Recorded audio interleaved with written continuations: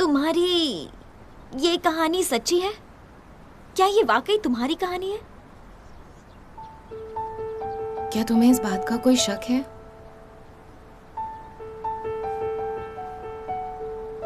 दरअसल मुझे लगा तुमने कहीं से कॉपी किया होगा, तो मैं इसलिए पूछ रही हूँ, कहीं गलतफहमी ना हुई हो। क्योंकि हम सच में प्यार करते हैं। मेरा हनी, मेरा मतलब मिस्टर यूम इस वक्त वो बहुत परेशानी से गुजर रहे होंगे। और सच कहूं तो मेरा भी वही हाल है। मैंने अपनी कहानी इसलिए ऑनलाइन पोस्ट की थी क्योंकि मैं उनसे बहुत ज्यादा नाराज थी, लेकिन मैं शेयर नहीं करना चाहती थी।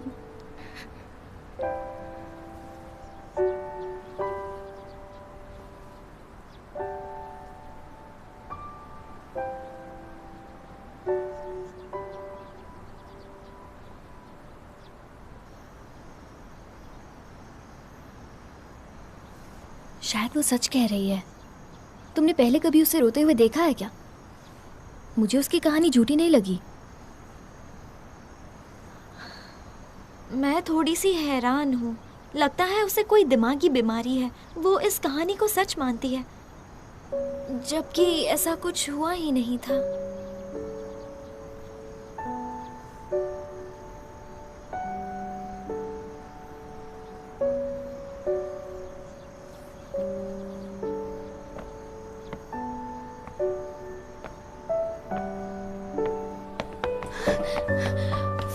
सब मेरी बात सुनो। मुझे एक बात पता चली है। जब मैं वापस आ रही थी तो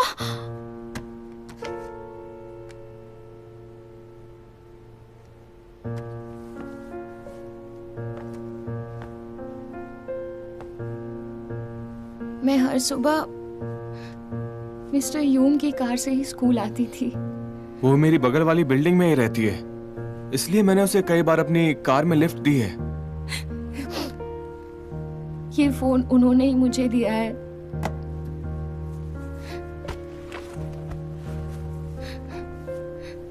ये हमारी मैचिंग टी शर्ट और हमारा मैचिंग कप, ये भी उन्होंने ही मुझे दिया है।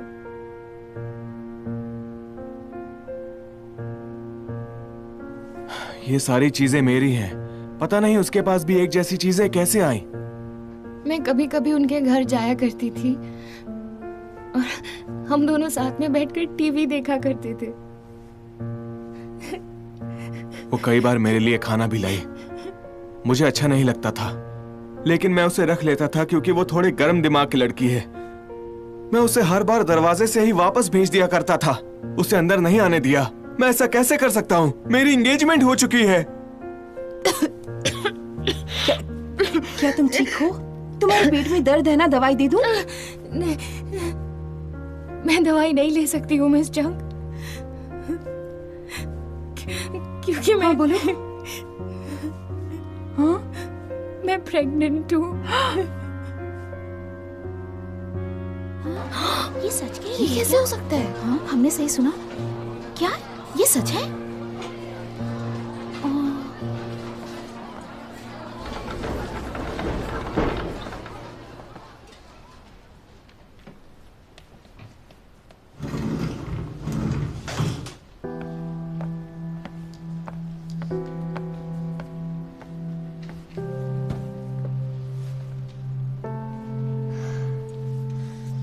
पता नहीं ये आगे और क्या क्या करेगी।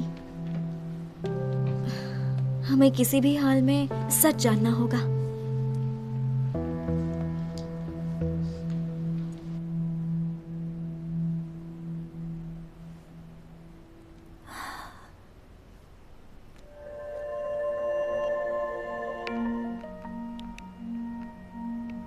ये रिवेंज नहीं है। मैं ये तुम्हारी भलाई के लिए कर रही हूँ, सिर्फ भलाई के लिए।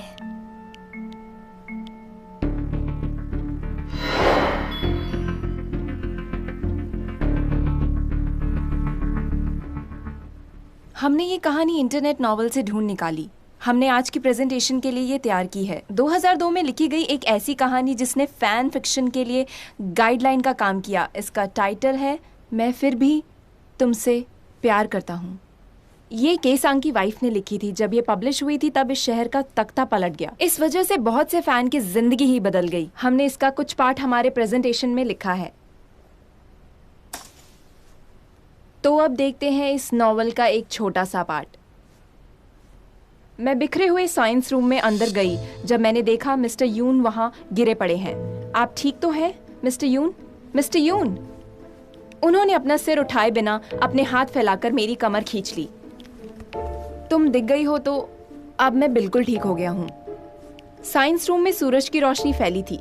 जब उन्होंने मुझे अपनी तरफ खींचा हमारे दो दिल एक हो गए। पहला, इस टेक्स्ट में घटना का इस्तेमाल किया गया था। दूसरा, उपमा का इस्तेमाल किया गया है।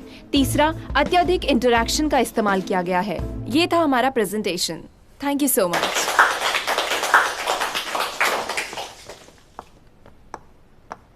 बहुत अच्छे। तुम लोगों ने वाकई बहुत अच्छा प्रेजेंटेशन दिया है। ऐसे ही मेहनत करना। आज की क्लास यहीं खत्म होती है।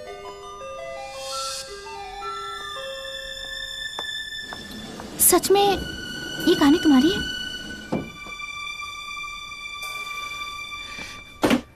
मैं कसम खा के कहती हूँ मैंने ये कहानी नहीं पढ़ी है। तुम लोग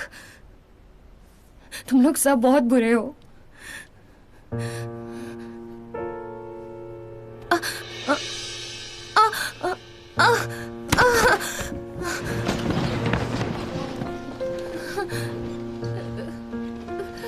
अरे इसे क्या हो गया?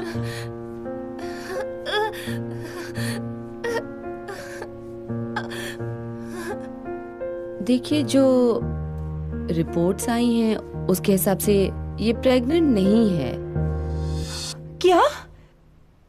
लेकिन इसने तो कहा इसे कुछ दिनों से बहुत उल्टियां हो रही हैं, इसलिए सिर्फ उल्टियां होने से प्रेगनेंसी साबित नहीं होती है। इसे किसी मनोवैज्ञानिक की जरूरत है। उसके पास इसे लेके जाइए।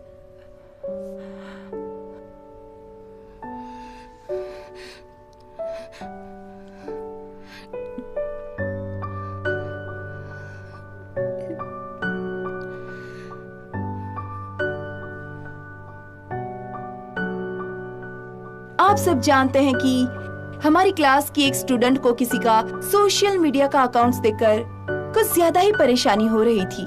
अगर आप लोग नहीं सुधरे तो मैं आप सबके फोन आपसे ले लूंगी। इससे अच्छा होगा आप सुधर जाओ। हाँ।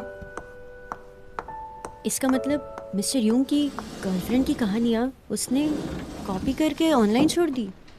हाँ, मैंने ये भी सुना है कि मीना ने जितने भी फोटो अपलोड किए हैं वो सब झूठे और नकली हैं। क्या? उसका दूसरा अकाउंट भी है?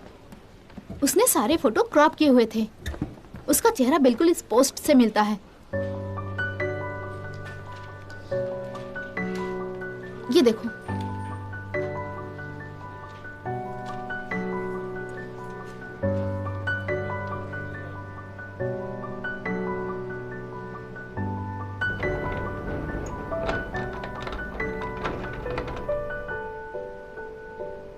आपने ऐसा क्यों किया मिस्टर यूंग?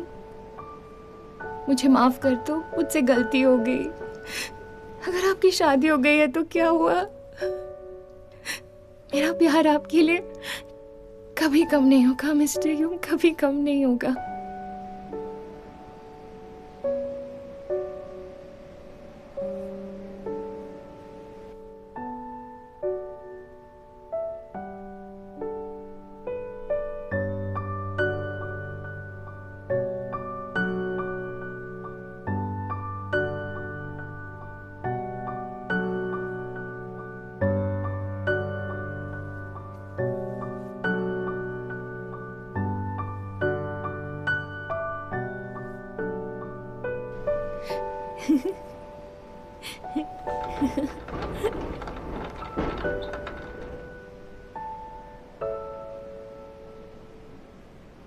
गाने के 7 सुरों के साथ लय और ताल का होना भी बहुत जरूरी है।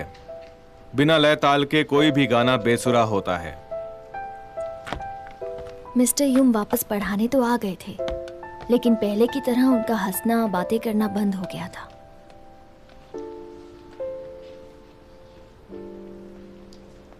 मीना का नामो निशान इस तरह से गायब हुआ जैसे वो कभी थी ही नहीं। जो हुआ बहुत बुरा हुआ।